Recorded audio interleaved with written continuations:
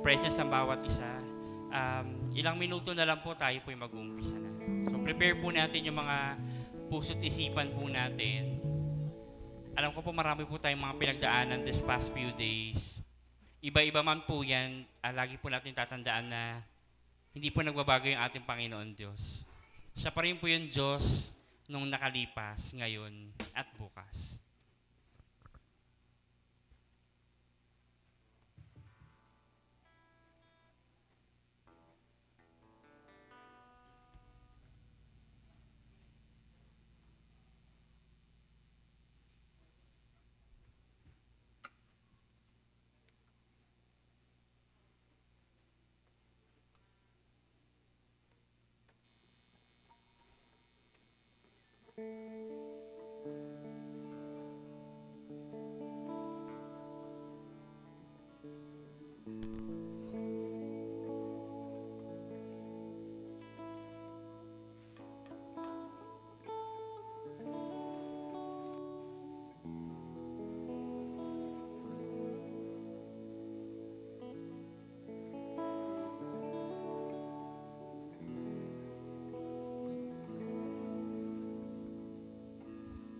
Muli po, magandang umaga sa bawat isa. Kung may mga Bible po kayo, pwede niyo po akong samahan. Basahin ang Psalms 119, verses 17 to 24. Pero again, napakasarap pong basahin nito sa wikang Filipino. Samahan niyo po ako. Sabi po rito, "Ipadaman niyo ang inyong kabutihan sa akin na inyong lingkod, upang patuloy akong makasunod at makapamuhay ng ayon sa inyong salita. Buksan niyo ang aking isipan upang maunawaan ko ang kahangahangang katotohanan ng inyong kautusan. Ako'y pansamantala lamang dito sa sanlibutan. Kaya ipaliwanag niyo sa akin ang inyong mga utos. Sa lahat ng oras ay naghahangad akong malaman ang inyong mga utos. Sinasaway niyo ang mga hambog at sinusumpa ang mga ayaw sumunod sa inyong mga utos. Ilayo niyo ako sa kanilang mapanghiya at mapangutya, dahil sinusunod ko ang inyong mga turo. Kahit na magtipon ang mga namumuno at mag-usap laban sa akin, akong lingkod niyo ay patuloy na magbubulay-bulay ng inyong mga turuin. Ang inyong mga turo ay nagbibigay sa akin ng kagalakan at nagsisilbing tagapayo." Tayo po ay manalangin. Mahabagin naming Diyos, marami pong salamat sa inyo pong kabutihan. Marami pong salamat sa inyo pong pag-ibig. Marami pong salamat sa inyong pasensya. Marami pong salamat sa inyong presensya. Patawarin niyo po kami, Amang Diyos, sa aming mga pagkukulang, Panginoon. Kung hindi man namin nagagampanan, Lord, o nasusunod, Panginoon Diyos, o nagagawa yung mga bagay na dapat namin ginagawa, Ama. Pero nagpapasalamat po kami, Panginoon Diyos, sa patuloy na paggagabay niyo sa amin. Ama, sa umagang ito, pagpalain niyo po yung bawat isa. Buksan niyo po yung aming puso't isipan, Panginoon Diyos. Samahan niyo po kami, Panginoon, sa pag-aawitan, pananalanginan, at sa pakikinig na inyong pong banal na salita. Salamat po ng marami, Panginoon Diyos. Nabubuhay po kami, Panginoon Diyos, ng dahil sa iyo at para lamang sa iyo. Thank you, Jesus. Pinapupurihan po namin kayo at pinasasalamatan. Ito po ang aming dalangin sa pangalan ni Jesus. Amen. So, good morning po again. Pwede po ba tayong tumayo? Ngayon naman po, awitan po natin yung ating Panginoon Diyos. Ano man po yung mga pinagdadaanan natin, again, yung ating Diyos po ay buhay.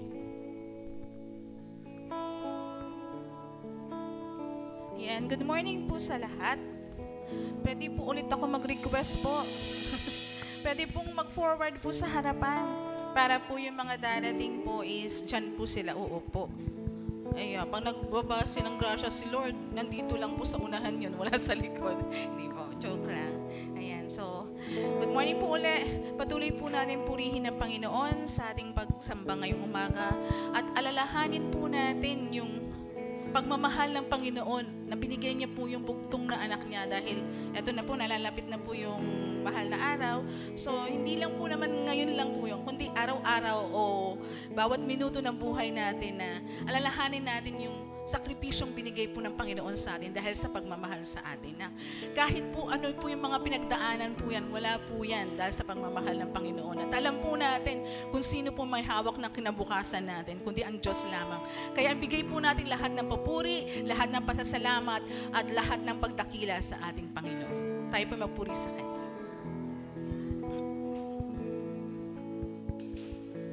Above all powers, above all kings, above all nature and all created things, above all wisdom and all the ways of man,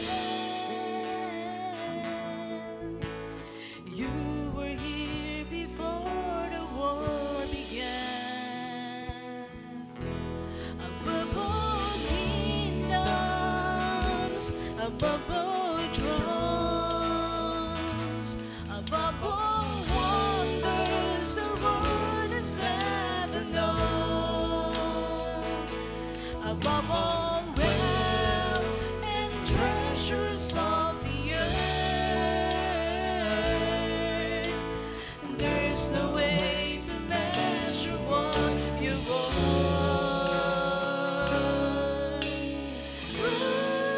crucified, lay behind the stone. You lived to die, rejected and alone, like a rose trampled on the ground. You took the fall and taught me above all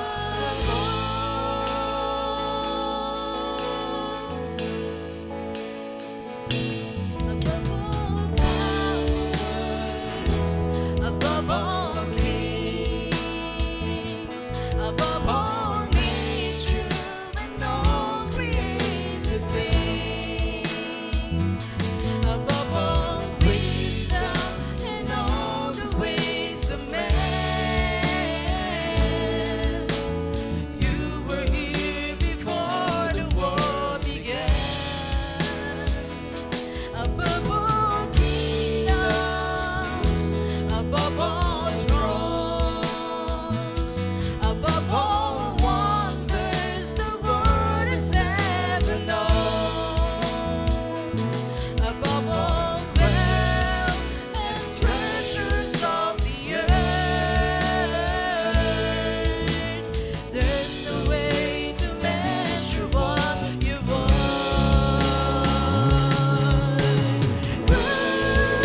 Crucified, lay behind the stone.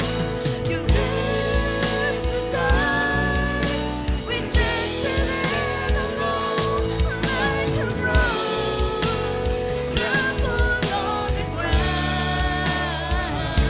You took the fall, taught me above all.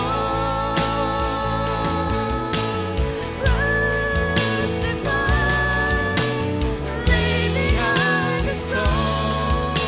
You lived to die, rejected and alone, like a rose trampled on the ground. You took the fall and taught me above all. Church, hayaan mo natin yung instrumentong tumugtog at alalahanin po natin kung gaano tayo kamahal ng Panginoon. Kahit ano po yung mga pinagdaanan natin, na kahit na matigas ang ulo natin, na kahit baksak na baksak po tayo, patuloy po tayong inaangat ng Panginoon, patuloy tayong iyayakap dahil sa kanyang pagmamahal. Kaya, church, ialay po natin ang mga awitin na to. Ibigay po natin yung puso natin sa Kanya. At ating pupurihin ang Panginoon.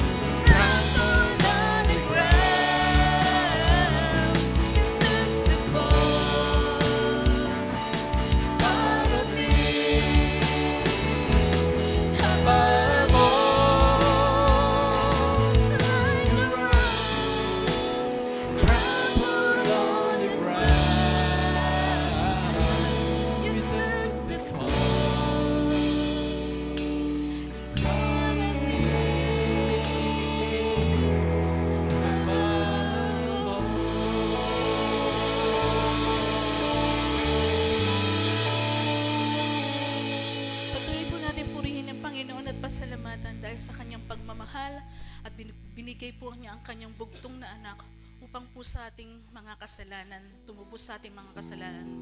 Lalahanin po natin ang kanyang taus-pusong pagmamahal sa atin na hindi niya tayo tiningnan kung gaano tayo karumi, kundi tiningnan niya tayo bilang anak dahil mahal na mahal niya tayo.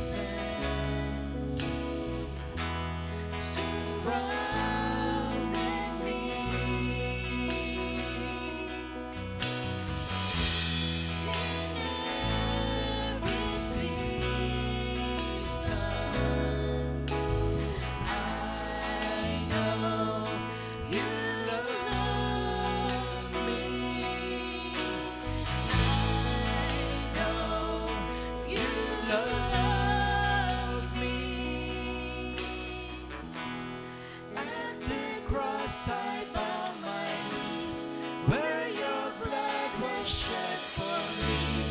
There's no greater love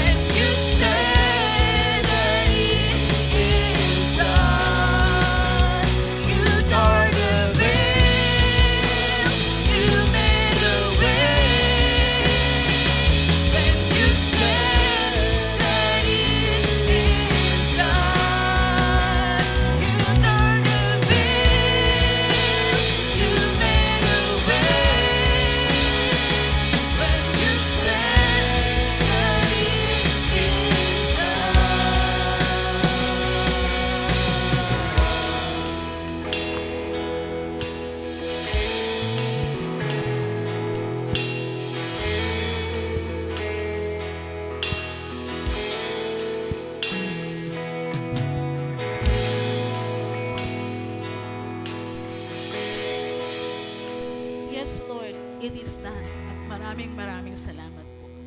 Patuloy po kami magpupurit, magpapasalamat, Panginoon, sa ginawa niyo po sa buhay po namin, sa ginagawa at gagawin niyo pa po sa buhay namin.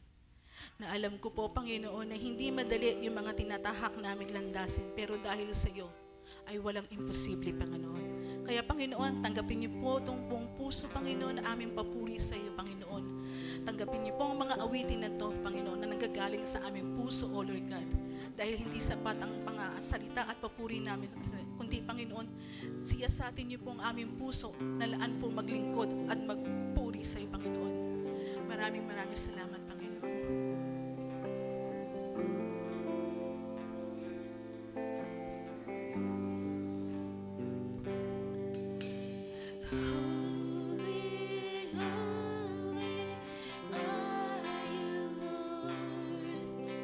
The whole earth is filled with your glory. Let the nations rise to give honor and praise with your name. Let your face shine on us, and the world will know you live. All the heavens shout your praise. Beautiful is our God. The universe will sing hallelujah to you, our King.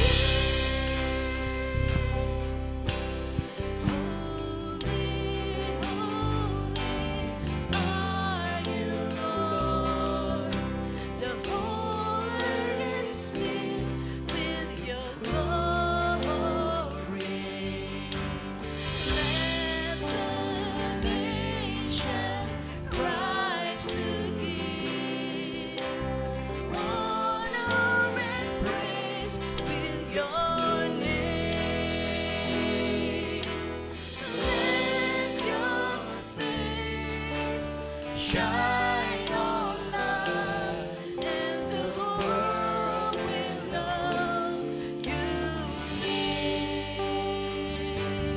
All the heavens shout your praise. Beautiful is our God. The universe will sing hallelujah to you, our King. All the heavens shout your praise. Beautiful is our God. The universe will sing hallelujah to you, our King. Yes, Panginoon, hallelujah to your name. We worship you, we adore you, O Lord God. We praise you, O Lord God. Hallelujah, Lord God. Hallelujah, Lord God. Thank you, Heavenly Father God. Thank you for everything, Lord God.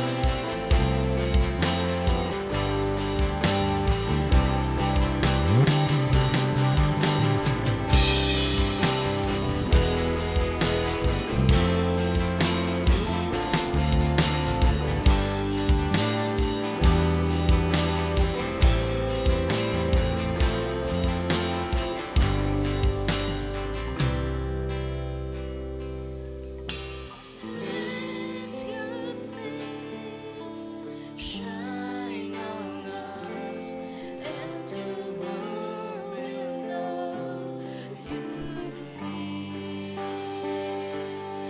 Oh, heavens Shout your praise. Beautiful is our God. The universe will sing hallelujah to you, our King. all the heavens shout your praise. Beautiful is our God. The universe will sing hallelujah to you, our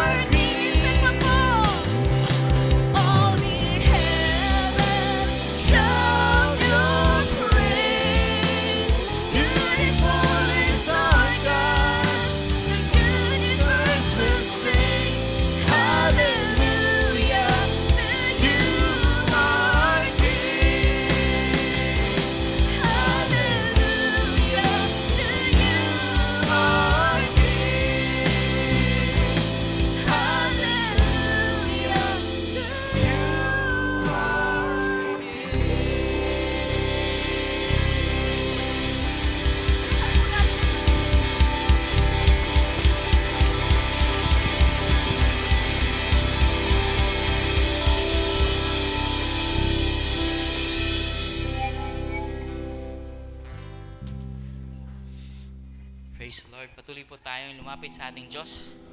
Tayo naman po ay manalangin. Panginoon, kami po ay nagpapasalamat sa umagang ito dahil dinako niyo po muli kami rito, bigyan ng isa na namang napakagandang pagkakataon. Sama-sama kaming sumasamba sa inyo, sama-sama nagpupuri at sinisigaw ang inyong pangalan, inyong kabutihan, inyong kadakilaan, dakilang pagmamahal sa amin, at maging ang inyong kapangyarihan, Panginoon, sa nagbibigay sa amin lahat ng pag-asa, pagbabago, at ang pagkilos sa anumang sitwasyon ng aming mga buhay. O Diyos, salamat dahil nanatili kayong tapat. Salamat dahil mula pa man noon hanggang ngayon, nakakatiyak kami, Panginoon, hindi kayo tumatalikod sa iyong mga pangako. Nananatili kayong totoo sa inyong pagkadakila, sa inyong pagkamabuti, sa inyong mga pangako sa amin. Wala kaming maaaring ipagdududa sa inyong pagkabanal, sa inyong pagiging dakila, O Diyos. Meron man kami mga pagkukulang, meron man kami mga pagdududa din sa aming mga sarili at sa mga pangyayari sa iyong paligid. Kayo, O Diyos, hindi nagbabago. Nananatiling totoo sa habang buhay.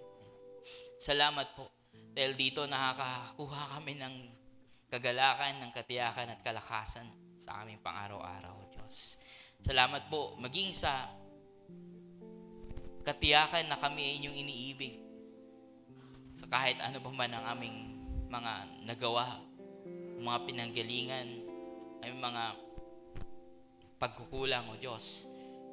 Kami patuloy na humihiling ng iyong pagkalinga, kapatawaran, maging yung pagkilos niyo po sa amin upang kami mabago, maging kawangis ng iyong anak na si Jesucristo. Patuloy na pagbibigay niyo po ng biyaya sa amin dahil kami po ay patuloy na nagkakamali, nagkakasala. Patuloy na nadara pa, Panginoon, sa mga desisyon namin, sa aming mga naiisip, sa aming mga nasasabi, pakikitungo namin sa aming kapwa, sa aming mga mahal sa buhay, sa aming pakikitungo sa inyo. At maging ang aming pagtalikod, Panginoon, sa inyong mga utos sa amin. Patawad po. Patawad po. At dahil kay Jesus, meron kami, Panginoon, katiyakan na hindi kayo lumalayo sa aming paglapit dahil ang aming mga kasalanan, Panginoon. Narito kami, Panginoon, at nandyan kayo upang hugasan kami, upang patawarin kami, upang bigyan kami, Panginoon, ng karanasan ng inyong pagkilos sa amin na kami, Panginoon, ay tanggap ninyo. Patuloy na babaguhin pa, Panginoon. Patuloy namin itinataas sa aming sarili, O Diyos, dahil alam namin, Panginoon, na hindi kayo titigil sa pagkilos sa aming puso. Pagbubungkal, Panginoon, sa mga matitigas na bahagi nito at pagbibigay ng kaliwanagan, Panginoon, sa mga kadiliman na daladala nito. Mga kagulumihanan, Panginoon, na bibigyan niyo po ng pag-asa at mga kamalian, Panginoon, na ituturo niyo sa amin at ihahayag niyo sa amin kung anong tama, Panginoon, at mali. Lord, narito po ang aming mga sarili, narito po ang aming mga puso at isipan, O Diyos. Hinahandog namin sa inyo at kayo po, Panginoon, ang kumilos, magbago sa amin, Panginoon, patuloy. Bilang isang pamilya din, O Diyos, nilalapit namin ang aming kanya-kanyang mga pamilya, Panginoon. Dahil, O Diyos, ang inyo pong kalooban, Panginoon, ay mula sa aming mga pamilya, ang aming pagsamba at pananampalataya ay mabuo din, Panginoon. Magkaroon din ng pagsasama-sama sa mga magkakapatid, sa mga anak, mga mag-asawa, Panginoon, na ilapit ang aming mga sarili sa inyo, na maging praktikal ang aming pananampalataya sa inyo, na makikita ito sa aming pakikitungo sa aming pamilya. O Diyos, panalangin namin na patuloy niyo po kaming bigkisin sa mga tahanan namin, Panginoon, na ilapit ang aming mga sarili. At hilingin ang inyong pag-ibig ang siyang mag-umapaw, Panginoon. Hilingin ang inyong pag-unawa at ang inyong katotohanan ang siyang palaging manaig, Panginoon. At Hilingin din, Panginoon, na sa aming mga kahinaan, kayo po ang kumilos. Sa mga karamdaman, O Diyos, ng aming mga kapatid, kayo po magpagaling. Kayo po magpadala, Panginoon, ng probisyon para sa gagamitin sa mga pagpapagamot, sa mga pag-alis upang magpatingin sa doktor, Panginoon. Sa mga babayaran pa, Panginoon, dahil ang daming sikasuhin kapag may mga karamdaman ng ang isang tao. O Diyos, ibuhos niyo po ang inyong probisyon sa bawat isa. Lalo na, Panginoon, sa mga halos hindi na makakilos, Panginoon. Halos hindi na magkaroon ng kapayapaan sa buong araw dahil sa karamdaman. Kayo po nawa ang maging kapanatagan nila. Sa mga nahihirapan, Panginoon, matulog, kayo po magbigay ng pahinga. Sa mga sumasakit ang ulo, Panginoon, kayo po ang humipo ng kanilang pangatawan, Panginoon. Pag sila ay magkaroon ng kalakasan at kagalingan, Panginoon, sa kanilang buong katawan at buong pagkatao, Panginoon. Kayo rin po ang magpagaling, hindi lang sa mga pisikal na karamdaman, maging sa mga emosyonal, sa mental, sa mga relational, Panginoon, na mga sakit, Panginoon. May you be our healer, Father. We lift up to you, Panginoon, ang mga pangailangan sa trabaho, sa mga pag-aaral. O Diyos, kayo pong patuloy na kumilos sa mga anak, Panginoon, na nais i-honor ang kanilang mga magulang, Panginoon, grant the desires of their heart. Sa mga magulang na nais palakihin ng maayos, mabuti ang kanilang mga anak, grant the desires and provide for them and lead them, O Lord, with wisdom and your love, Father. Salamat po, Panginoon, maging sa mga tagumpay nitong mga nakaraan, sa mga nag-graduate sa kanilang masteral courses, sa mga nagsi-celebrate ng kaarawan, sa mga tagumpay, sa mga grant ng scholarship, sa pag-aaral, sa promotion sa trabaho, sa pagtanggap ng mga bagong trabaho, at maging sa mga natatapos o na-accomplish nila ng mga proyekto, Panginoon, whether sa business, sa trabaho, or saan pa mang aspeto ng kanilang buhay, Panginoon. Salamat dahil patuloy kayo nagbubuhos ng katagumpayan sa amin.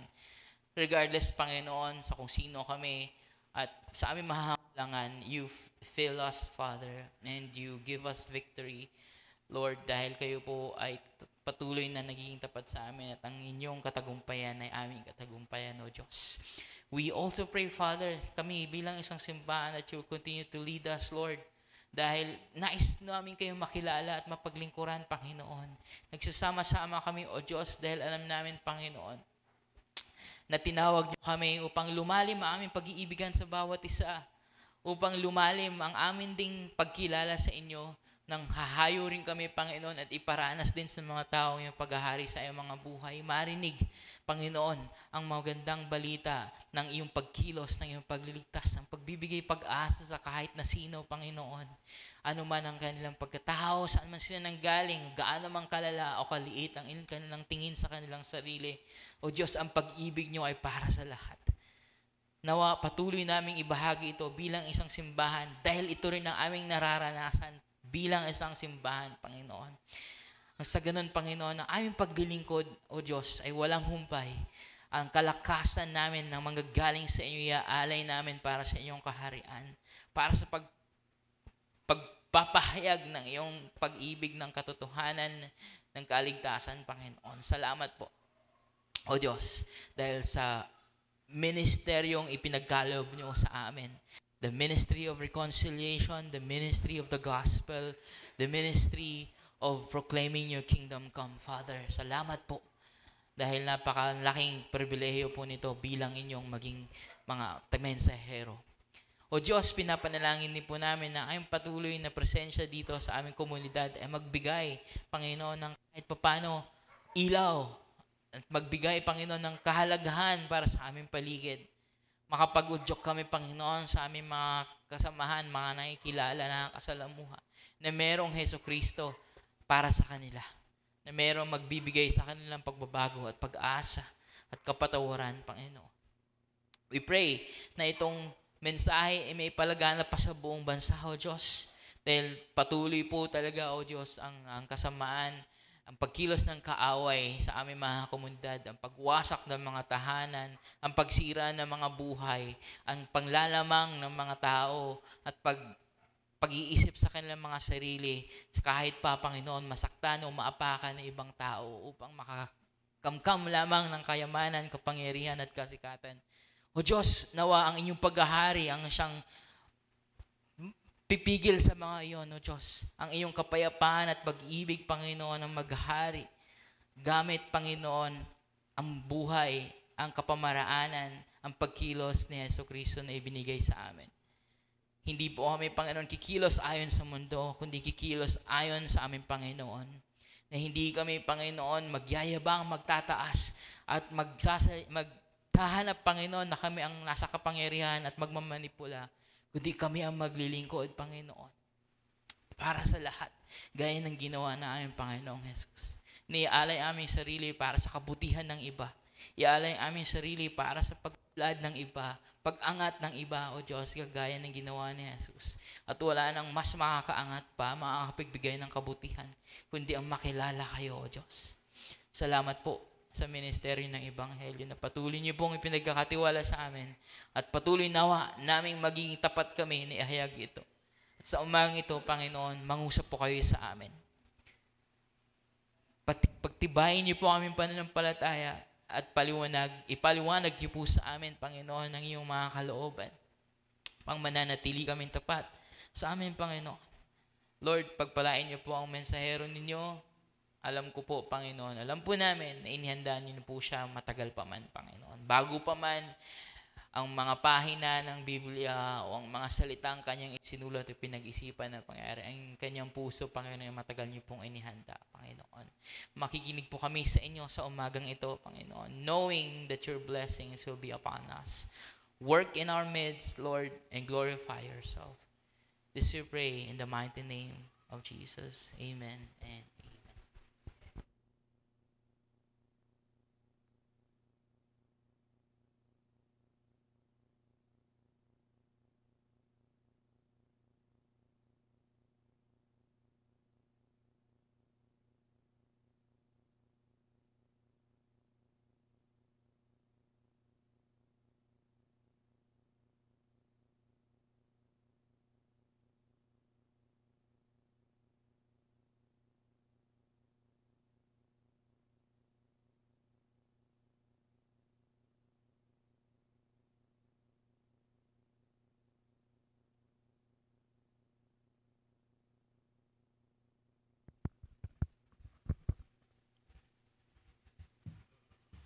Gandang umaga po mga kapatid.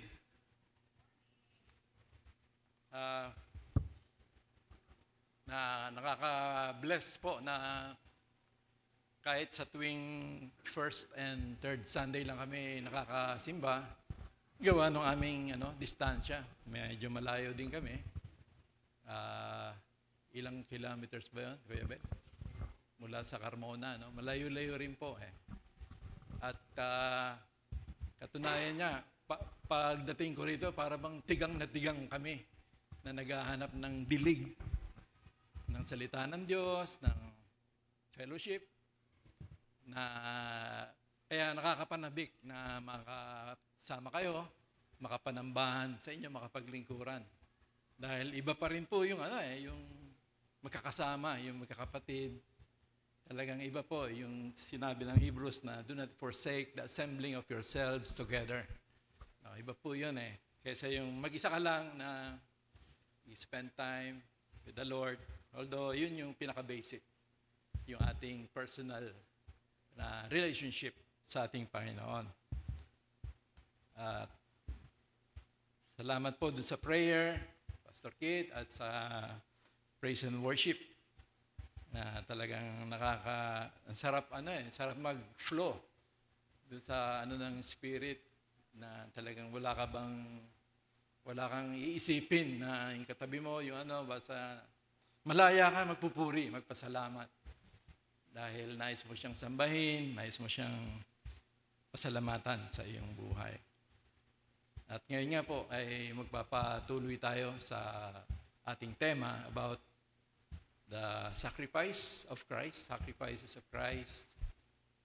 Praise the Lord, dumating na yung isang kuya ko, si Kuya Bok. Salamat sa Diyos. Papatuloy po tayo sa ating tema na nakakatuwa naman dahil next week we will be celebrating our Holy Week. No? Next week na, no? Next week, where we will commemorate the sufferings of our Lord leading to His death at the cross of Calvary.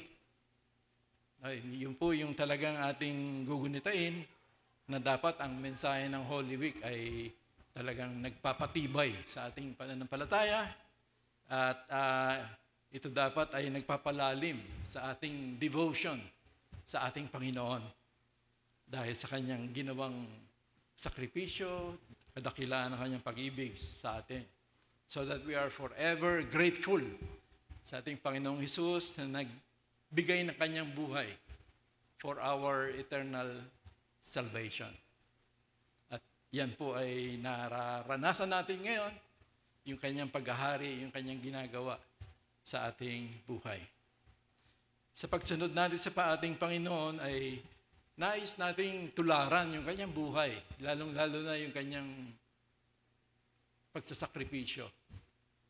Yung buhay niya na talagang totally naka-commit sa kalooban ng Ama, kaakibat yung mga sufferings, sacrifices, to the point of death at the cross of Calvary. Nais nating tularan yung kanyang buhay na hindi naman nangangahulugan na magpapapako tayo sa krus, kundi sa mga bagay-bagay na pwede nating maihandog sa Panginoon. Our time, our means, our desires, na pwede nating ihandog parang isang sacrifice with the intention na nais mo siyang mapasalamatan, nais mo siyang lalong makilala, katulad ng prayer kanina, nais mong lalong lumalim yung devotion mo sa Kanya. Kaya ito, nagbibigay ka ng time ng mga bagay-bagay bilang isang sakripisyo sa ating Panginoon. Itong period ng Lent na nagsimula noong Ash Wednesday at magtatapos sa sundown ng Holy Thursday, marami ang mga ginagawang sakripisyo ng mga tao. Karaniwan na dyan yung pananalangin, pag-aayuno, at almsgiving o yung mga charitable acts. Ito po yung ginagawa ng karamihan na ang mga sakripisyong ito ay talagang kung naaayon sa kalooban ng Diyos, ay maituturing natin na isang pagsamba. Ito ay isang pagsamba sa Kanya. At ang bunga nito ay kabanalan. Ang bunga nito ay buhay na lalong napapalapit sa Diyos at buhay na nakakalugod sa ating Diyos. Ngayon po ay titingnan natin sa ating teksto ang mga Christian sacrifices na ayon sa kalooban ng Diyos at Kanyang kinalulugdan. Huhugot tayo dito ng mga katotohanan, mga prinsipyo na gagabay sa ating buhay, sa ating pagsamba, pagsunod sa ating Panginoon. At kung kayo po ay nakapahinga na, maaari bang maanayahan ko kayong tumayong muli. Buksan po yung ating Biblia sa Ebanghelyo ayon kay San Mateo, Kabanata 6, 1 hanggang 18. Matthew chapter 6, 1 to 18. And I'll be reading from the New King James Version. Bible namin ni Kuya Bok. Basahin ko po. No? Take heed that you do not do your charitable deeds before men to be seen by them. Otherwise, you have no reward from your Father in heaven. Therefore, when you do a charitable deed, do not sound a trumpet before us, the hypocrites do in the synagogues and in the streets, that they may have glory from men. Assuredly, I say to you, they have their reward. But when you do a charitable deed, Do not let your left hand know what your right hand is doing. Let your charitable deed may be in secret, and your Father who sees in secret will himself reward you openly. And when you pray, you shall not be like the hypocrites, for they love to pray standing in the synagogues and on the corners of the streets, that they may be seen by men. Assuredly, I say to you, they have their reward. But you, when you pray, go into your room, and when you have shut your door, pray to your Father who is in the secret place. And your Father who sees in secret will reward you openly. And when you pray, do not use vain repetitions as the heathen do, for they think that they will be heard for their many words. Therefore, do not be like them, for your Father knows the things that you have need before you ask him. In this manner, therefore, pray, Our Father in heaven, hallowed be your name. Your kingdom come. Your will be done on earth as it is in heaven. Give us this day our daily bread, and forgive us our debts as we forgive our debtors. And do not lead us into temptation, but deliver us from the evil one. For yours is the kingdom and the power and the glory forever. Amen. For if you forgive men their trespasses, your heavenly Father will also forgive you. But if you do not forgive men their trespasses, neither will your Father forgive your trespasses. Verse 16, moreover, when you fast, do not be like the hypocrites with a sad countenance, for they disfigure their faces, that they may appear to be men. They may appear to men to be fasting. Assuredly, I say to you, they have their reward. But you, when you fast, anoint your head and wash your face, so that you do not appear to men to be fasting, but to your Father who is in the secret place. And your Father who sees in secret will reward you openly. This is the word of the Lord. Tayo po'y makakaupo na, mga kapatid. May the Lord bless us. May the Lord speak to us. And may the Lord use His humble servant sa pagtayo po rito, unworthy as I am.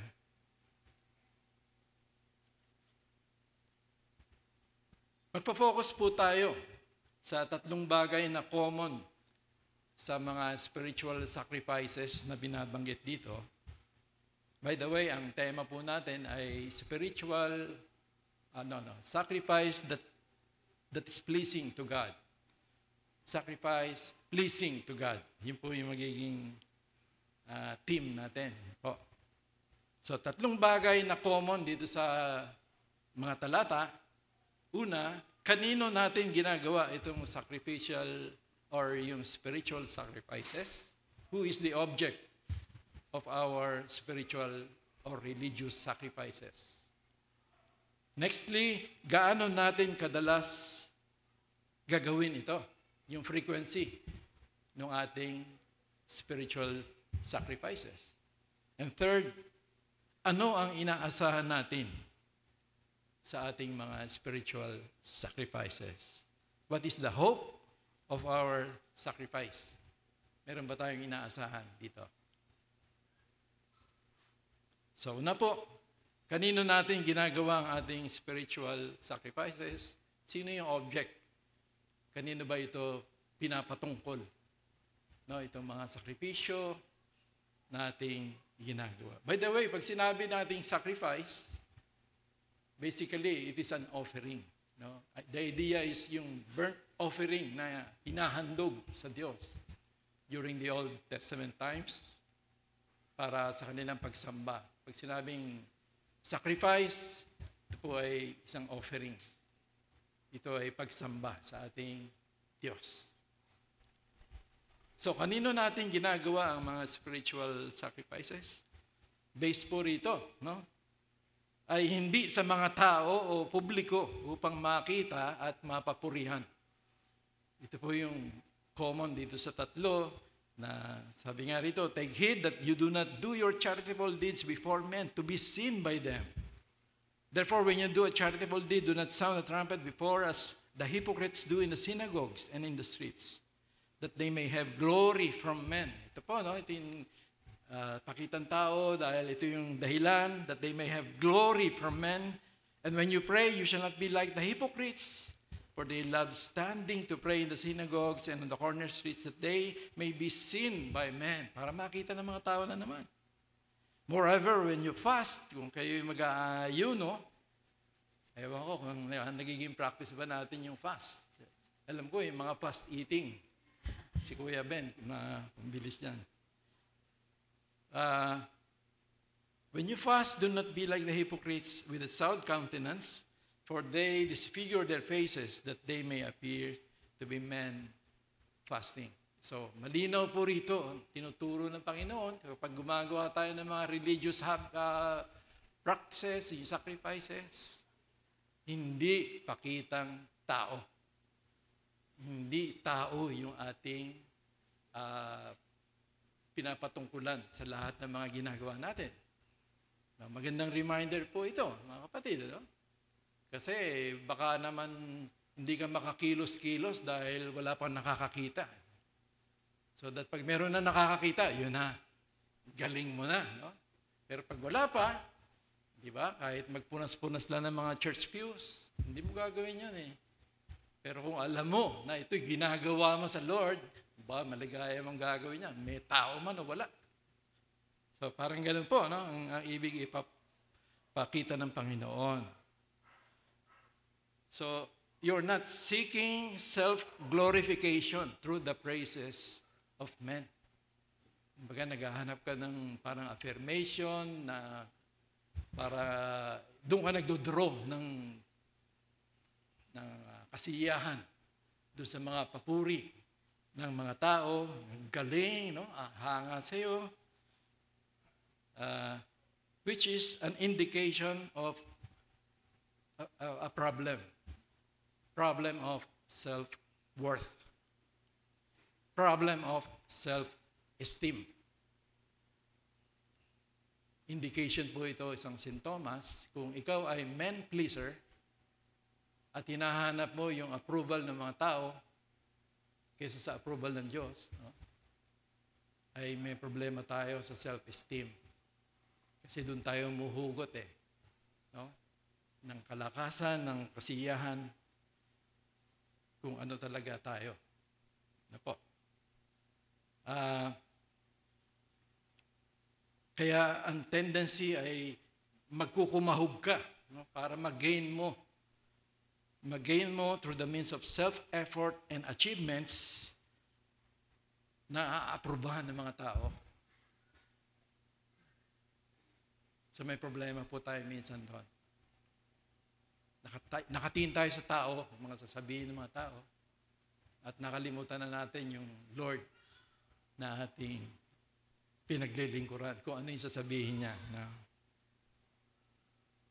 Kaya ang tendency natin is to become men-pleasers. Men-pleasers tayo. Seeking glory and happiness from men. Ito po yung problema. Pati kung hindi tayo maingat. Saan ba nakabase yung ating self-worth and self-esteem? Saan ba dapat nakabase? Ito, yun yung gusto natin maano. No? So, hindi sa mga tao ang object ng iyong sacrifices, kung hindi sa Diyos.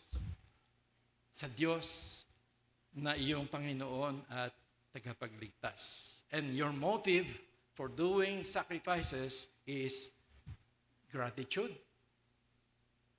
worship, devotion to God for the undeserved eternal love and salvation. So ito yung nagiging motive mo. Kaya ka naglilingkod, kahit minsan mahirap, maka spiritual sacrifices ginagawa mo. Bakit? Salamat, Lord. No? Lalong-lalo na yung undeserved blessing na binigyan ka ng eternal life na the greatest possession, the greatest riches, eternal life, mga kapatid. Sa isang tao na hindi karapat-dapat kailanman noon, ngayon, at magpakailanman, hindi karapat-dapat. Pero minahal ka ng Diyos anyway, at iniligtas ka niya. At dahil doon, ang puso mo talagang spontaneous nais mo magpasalamat. Nais mong sumamba, dumakila sa ating Panginoon. So ito yung nagiging motive natin. Hence, we are seeking His glory. We are seeking God's glory to praise Him, to exalt Him, to honor Him. Yun po, yung glory ng Lord ang hinahanap mo para maitaas siya lalo Yung ikatataas niya Yung ikararangal niya, ikatadakila niya, ikatatanyag niya Kaya sabi ni John, He must increase while I must decrease. You will seek glory not from men but from God through our religious sacrifices to please Him. To please Him.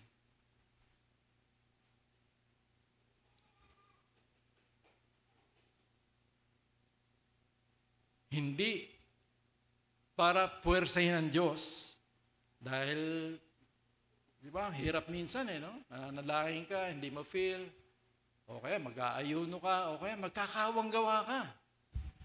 No? Nandun yung leading sa'yo na puntahan mo yan, kausapin mo, abutan mo, no? Kung ano yung meron ka na binigay sa'yo ng Lord.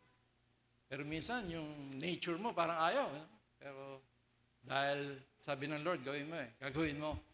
So para nagiging sacrifice, tendency, you will give up yung kung ano meron ka for the sake of the Lord's cause. Nagiging sacrifice po, no? So, hindi mo gagawin yon para puwersahin ang Diyos, no? Dahil sa ginagawa mo para siya ay kumilos, para mag-gain mo yung blessing niya, yung reward niya, hindi po. Hindi po tayo naglilingkod dahil doon, kundi dahil sinasamba natin ang ating Panginoon. Blessings of God are not earned by our self-efforts. Hindi po ito through merits, but by grace through faith in Him. God always gives grace to the humble people.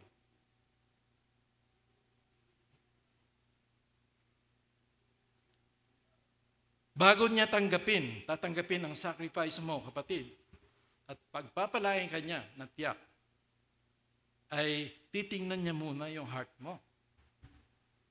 Titingnan niya muna yung heart mo. Kasi doon nakatingin ang Lord God looks at the heart Kung talagang yan ba'y humble, walang ibang kinikilala, walang ibang gustong sundin, walang ibang gustong maitaas. No?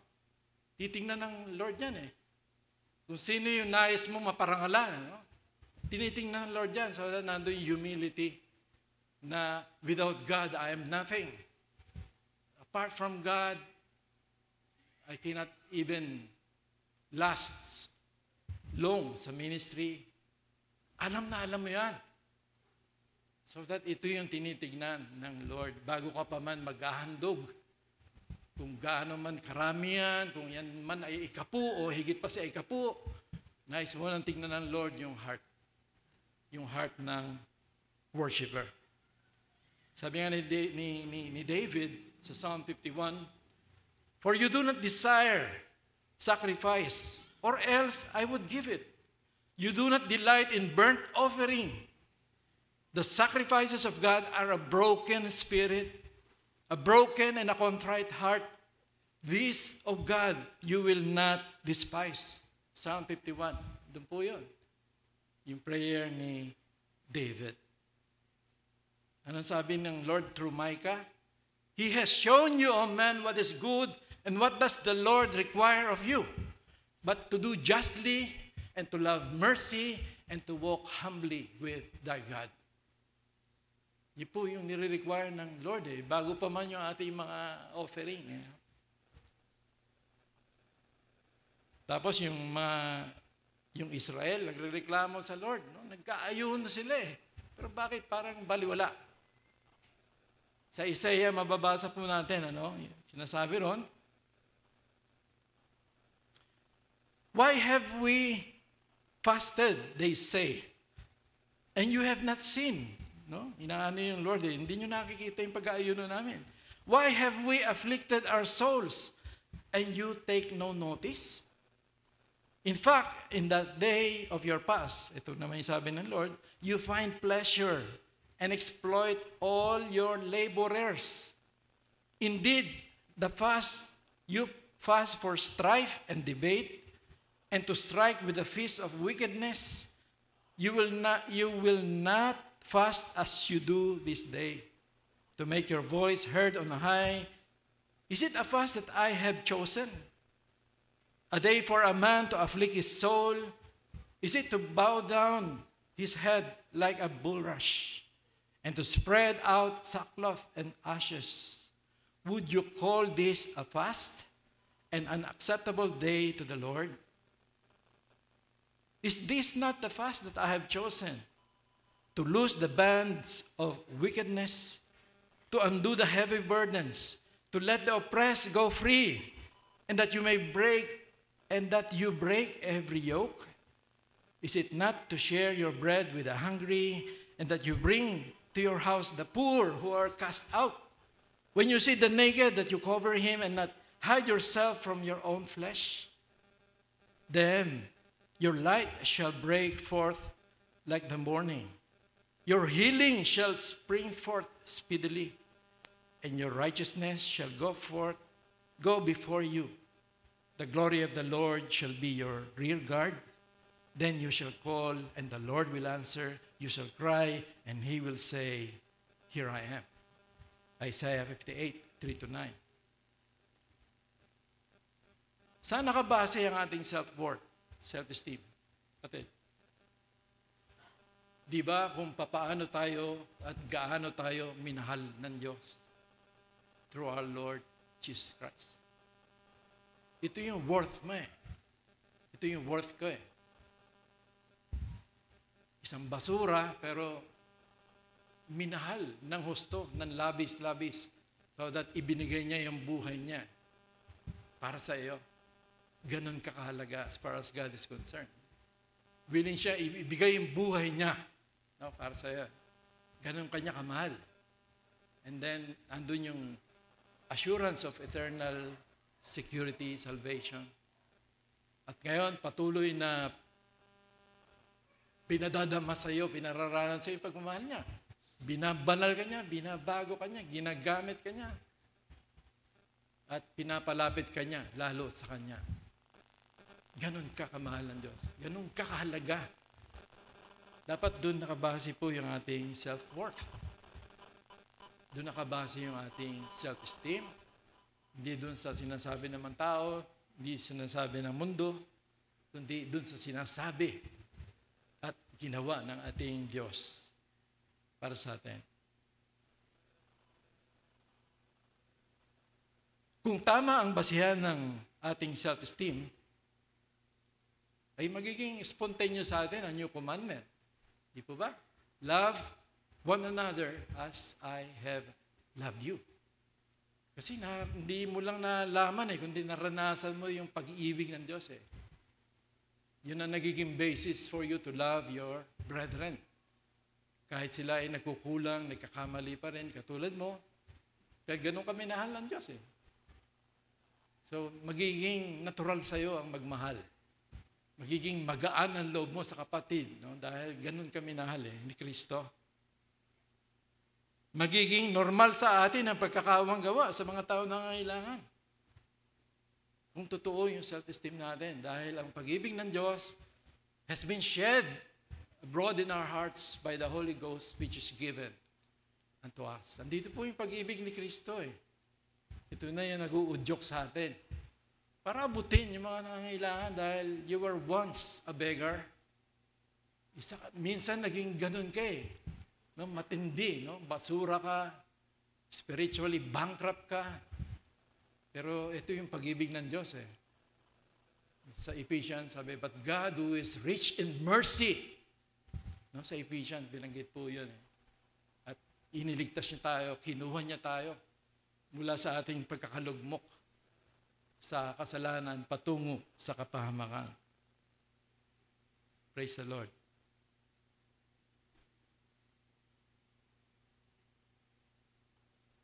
Kung totoo ang ating self-esteem, ang bunga ng kaligtasan sa buhay mo ngayon will be a life of good works. Ito po yung design talaga ng Lord sa atin. We have been created in Christ Jesus unto good works. No, nauna muna yung created in Christ Jesus, salvation. After salvation, unto good works. Ito po yung design talaga ng ating Diyos. Sana nakikita natin ito sa ating buhay. Gaano kadalas gagawin ang mga spiritual sacrifices? Frequency, tuwing Holy Week, Lenten season? Dahil uso Gaano ba kadalas dapat yung ating mga spiritual sacrifices such as prayer, giving alms, worship, serving God? Gaano ba kadalas dapat ito? Paglilingkod, pakikipagkapwa, paggawa ng kabutihan, gaano kadalas ito dapat? Tuwing pandemic,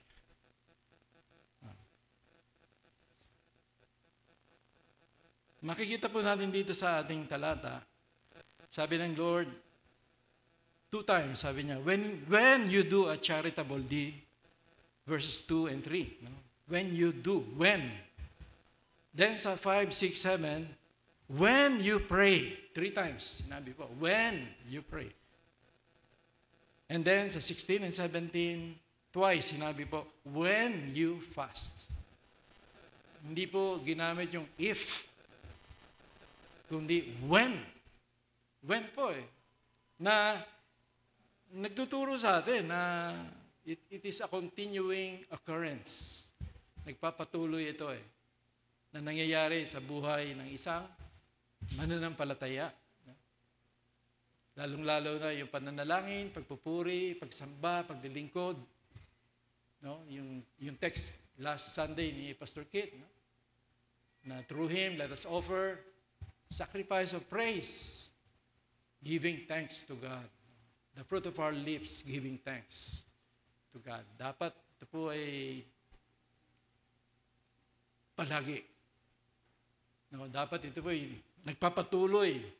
Kaya nga yung 1 Thessalonians 5:16 hanggang 18, rejoice always, pray without ceasing, in everything, give thanks. Ito po yung kalooban ng Diyos, nagpapatuloy. No, yung pasasalamat mo, pagpupuri, paglilingkod, dapat ito ay nagpapatuloy. Dahil when you pray, yun po sinabi dito, when you fast, when you do charitable deed. Kung ang buhay mo bilang Kristiyano ay tunay na nakatalaga sa Diyos. Ano ba ang Kristiyano? Di ba yung church sanctified?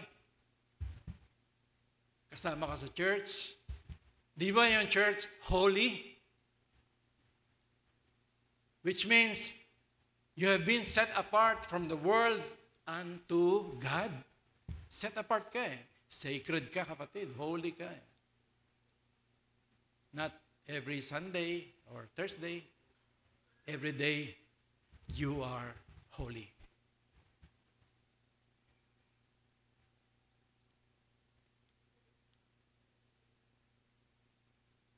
So that kung ang buhay mo bilang Kristiyano ay tunay na nakatalaga sa Diyos, na iyong Panginoon at tagapagligtas, at siyang nagmamay-ari ng buhay mo,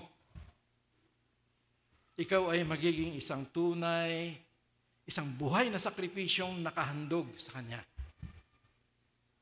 Kung ito po'y totoo sa atin,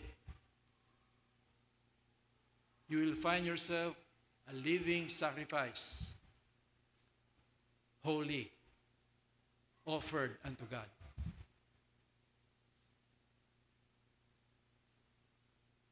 Ay maganda makita po natin, examine natin yung hearts natin.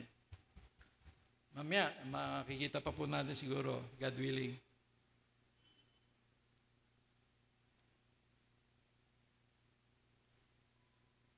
Ang ating buhay, pakikipagrelasyon sa Diyos, sa kapatiran, sa kapwa, sa mundo, ay magiging expression of worship. Why? Nakahandog ka eh. Nakahandog ka sa Diyos eh. So that, ano man yung ginagawa mo, sinasalita mo, tinatrabaho mo, ito ay holy. Bakit? Nakahandog ito sa Panginoon. Kaya magiging normal sa iyo yung spiritual sacrifices. Pagpupuri, pagpapasalamat, pagsamba, pagdakila. Magiging normal sa iyo dahil from out of the abundance of the heart, your mouth will speak. Kung ano yung puso mo, lalabas yan. Kung ang puso mo nakahandog, puro papuri, pasasalamat, puro praise the Lord, siya yung madadakila. Magmamanifest po yan. Ang mga spiritual sacrifices ba ay bahagi ng iyong buhay?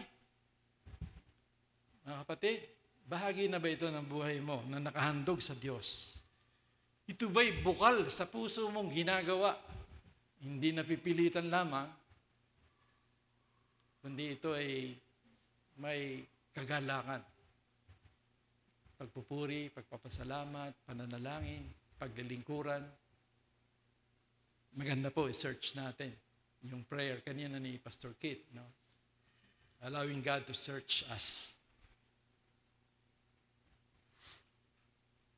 So, ikatlo po, ano ang inaasahan natin sa mga spiritual sacrifices? Meron ba tayong inaasahan? What is the hope of our sacrifice? Meron bang kabutihang idudulot ito sa ating buhay? So, magandang itanong po natin yan. Ako po dati nahilig sa chess, yung aheadress. So, sa larangan po ng aheadress, sa chess, ay ginagawa yung sacrifice na bilang isang strategy.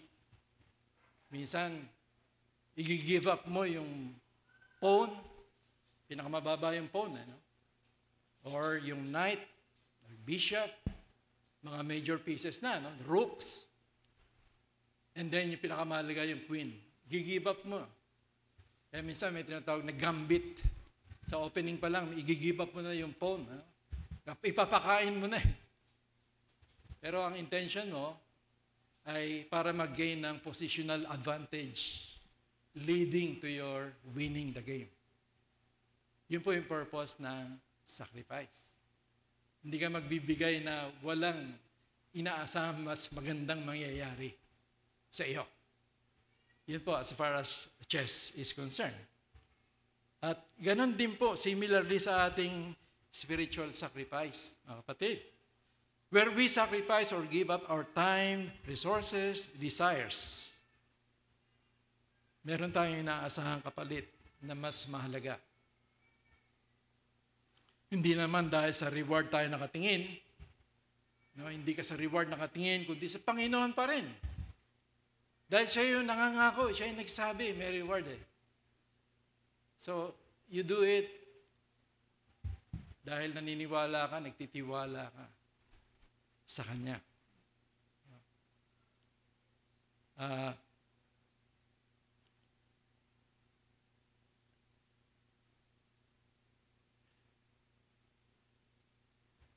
Kaya dito ay na-emphasize ang Panginoon eh. Pag gumagawa ka ng isang bagay, talagang sa Kanya magawin eh. Do it in secret. When you do a charitable deed, do not let your left hand know what your right hand is doing, that your charitable deed may be in secret.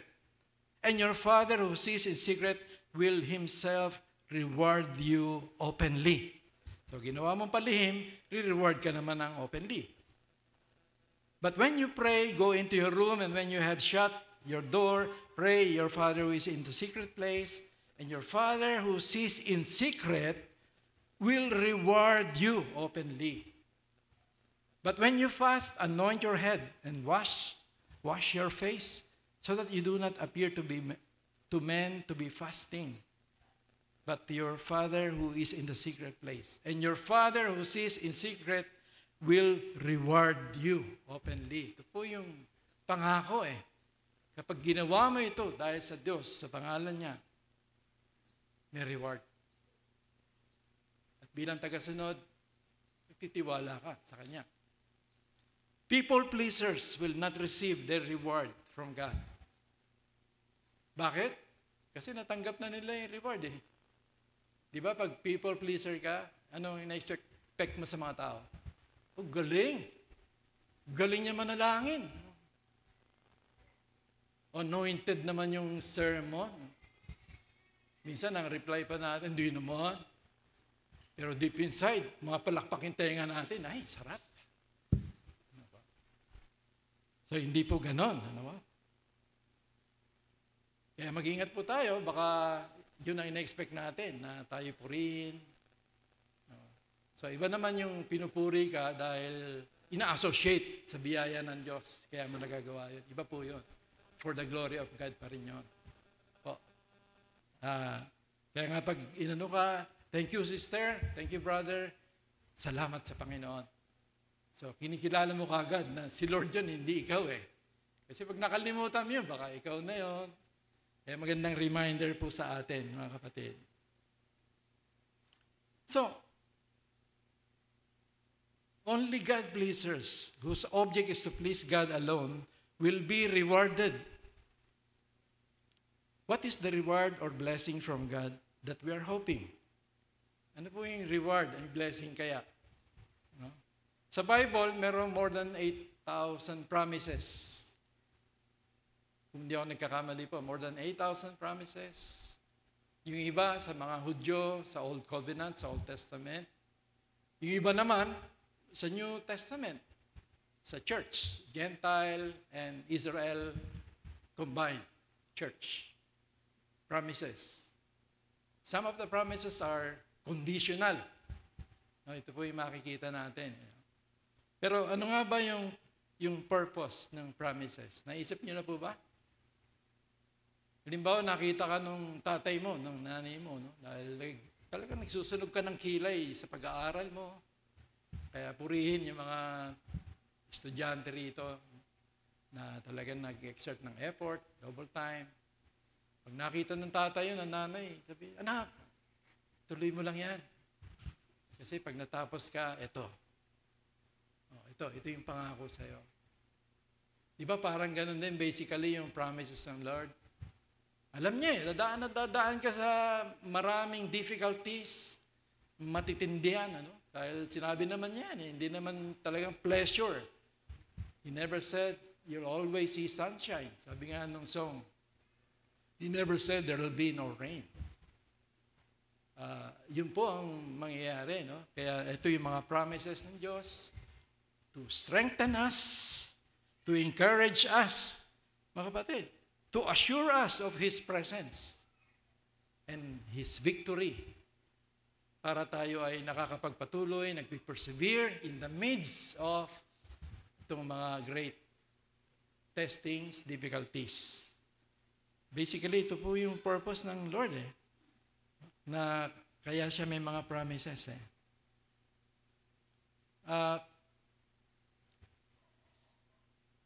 Ano nga kaya, no? Ano nga kaya yung magiging blessing na binabanggit dito? Lalo na kung ito'y ginagawa mo sa Diyos. Dahil binanggit dito He will be rewarded openly. So hindi mo lang matatanggap yung blessing kundi makikita ng mga tao. Yun po Public. Makikita nila yung blessing ng Lord. Dumadaloy. Dumadaloy sa'yo Ito yung sabi niya Ginawa mo ng sikreto yan, then ibubulgar ko yan. Ipupubliko ko yan. Yung pagpapala na ibibigay ko sa iyo. So ano nga ba yung reward? Talagay natin. What will be the reward of our spiritual sacrifices done in the name of God to thank Him, to honor Him, to exalt Him, to please Him, to follow Him, to be drawn closer to Him, to seek His face, and to know Him in a deeper level. Ano nga kaya yung reward of blessing?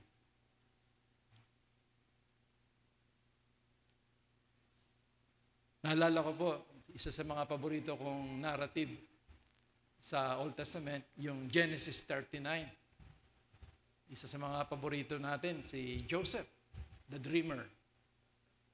Alam natin yung mga nangyari sa kanya, yung talagang matitinding nangyari na injustice sa mga kapatid niya na gusto siyang patayin kundi nag-intervene si Reuben, yung panganay po, no? Ginamit para hindi siya patayin, kundi naibenta na lang dun sa Egypt. At napunta nga kay kay Potiphar.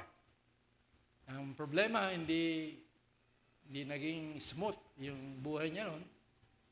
At ang pinaka-worst na nangyari nga, dahil magandang lalaki, kaya mahirap po yung gwapo. Kuya Bok, ano? Mahirap dahil si Mrs. Potiphar, hindi siya nilubayan day and night. Talagang inaano siya para, alam nyo na, yung lust. No? So, nanindigan yun si Joseph. Pero hindi pa rin naging maganda yung nangyari. Ano po? So, siya ay inakusahan na yun, ginagawa ng hindi maganda si Mrs. Potiphar at siya ay humantong sa bilangguan. Sa Genesis 39, 4 times sinabi po ron, but the Lord was with Joseph. The Lord was with Joseph. No? Yung mga nangyayaring tragedy, after tragedy, negative things, but the Lord was with Joseph. So that God's presence and blessing did not go unnoticed sa buhay ni Joseph. In fact, sabi ng Pharaoh sa kanya, there is the man in whom the Spirit of the Lord dwells. Nakita po nahayag, nakita ng mga tao, yung wisdom, yung kapangyarihan ng Diyos, yung blessing ng Lord kay Joseph.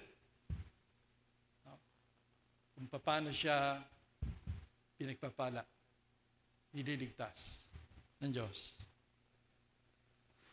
So, ano kaya yung magiging reward?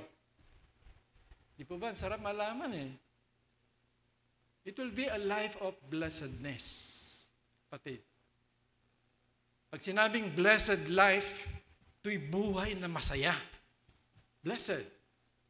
Beatitude, blessed are the meek. Happy are the meek. Happy are the peacemakers. Masayang buhay ito. Kahit dumadaan ka sa maraming problema, paghihirap, masaya. Bakit? Kasi kasama mo si Lord But the Lord was with Joseph. If the Lord is your light and your salvation, then whom shall you fear? A life of blessedness, godly confidence, dahil yung prayers mo, according to His will, hindi po yung according to your will, is answered by God. Kaya nga sabi ng 1 John, and this is the confidence that we have in Him, that if we ask anything, according to His will, ay ibibigay po niya sa atin. Godly confidence, intimacy with God. Hindi po yung you know the Lord theoretically, intellectually, kundi you will know the Lord intimately. Hindi lang dito, kundi dito. Nararanasan mo siya Intimacy to God, inner strength. Ito po yung kailangan natin, mga kapatid. Kaya ka magpipersevere kung nandyan lagi yung kalakasan na bumabanot sa iyo. Kalakasan ng Lord yan. Inner strength yan. Coming from the Lord who is the Prince of Peace. Inner strength, wisdom, deeper faith, victory in trials, inner peace, inner joy, fruitful and meaningful spiritual life. Ito po yung naiisip ko na magiging blessing sa isang buhay na talagang nakaalay, nakahandog, at patuloy na nag-aalay, nagsasamba sa kanyang Panginoon. Ito po yung gagawin eh. You will be rewarded openly. Ito'y mahahayag, mga kapatid. Promise.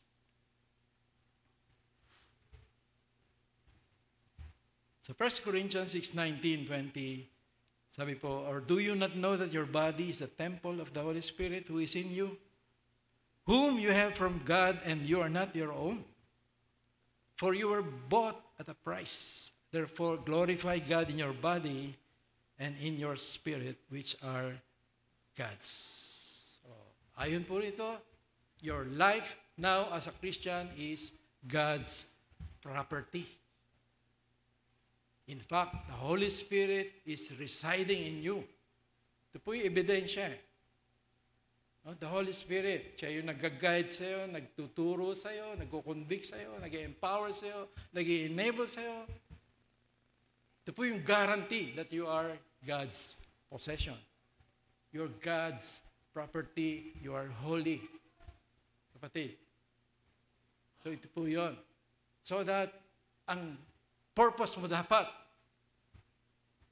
is to glorify, to worship, to serve the King.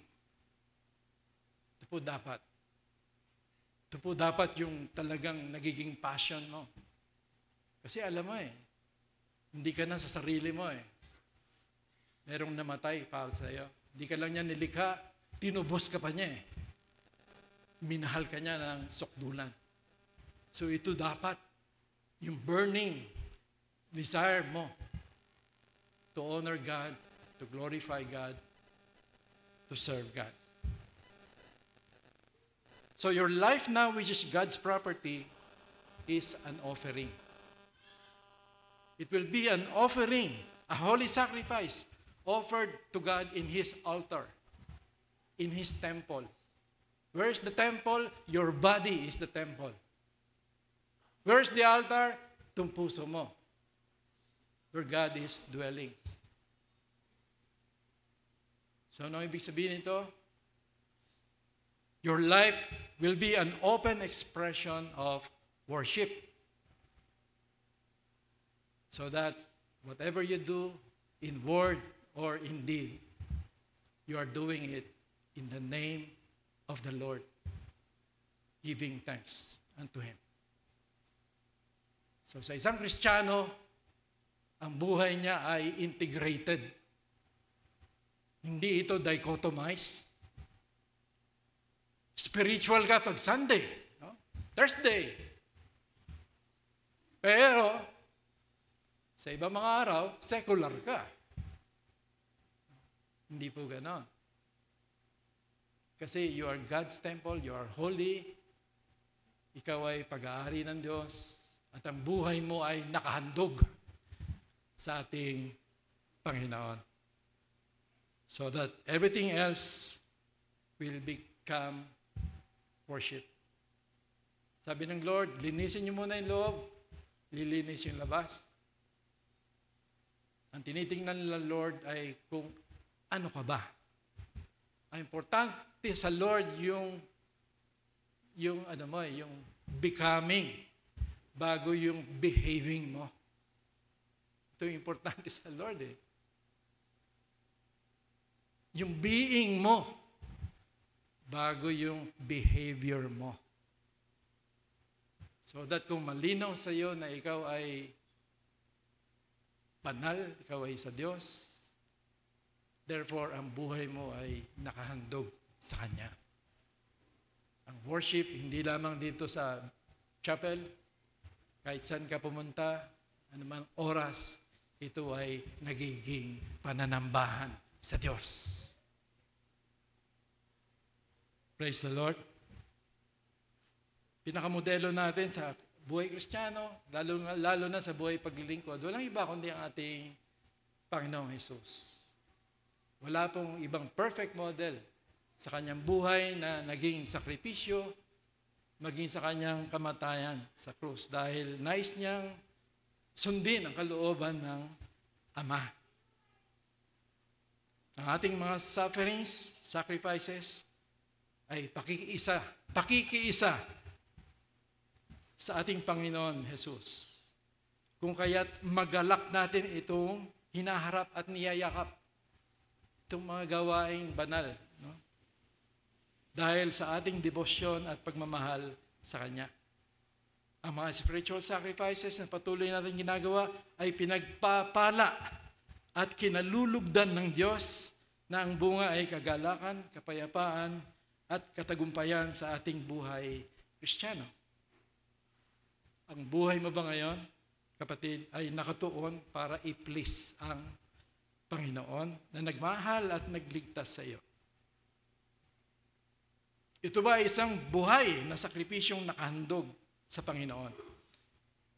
Banal at kaaya-aya sa Kanya. Ito ba'y nahayag sa iyong buhay? Pananalangin, pagpupuri, pagpapasalamat, paglilingkod, pagkakawang gawa. Iyo bang nararanasan ang buhay na pinagpapala ng Diyos? At ito ba ay nahahayag sa church, sa family mo, at sa mga tao sa mundo? Nakikita ang pagpapala ng Diyos. Sabi nga ng Lord, let your light so shine before men that they may see your good works and they will glorify God in heaven. Tayo po'y manalangin. Kilang Diyos, maraming salamat po, Panginoon. Dalangin namin na ikaw ay mangusap po sa inyong mga anak, mga lingkod, lalong-lalo na yung mga talagang nahihirapan, napapagal, struggle sa kanilang buhay spiritual. Lord, nawa po ay madinig namin patuloy ang tinig mo. Makita namin, Lord, na ang buhay na itinakda mo para sa amin ay isang buhay na talagang nakabukod para sa iyo lamang, Panginoon. Ikaw na nagmamayari, hindi lamang ng buhay namin, kundi ng lahat-lahat dito sa mundo sapagkat ito'y iyong nilikha. Patuloy nawang kilusan mo kami ng banal na Espiritu at pinapatnubayan kami sa daan na nais mo upang ikaw ay madakila. Sa pangalan ni Jesus. Amen.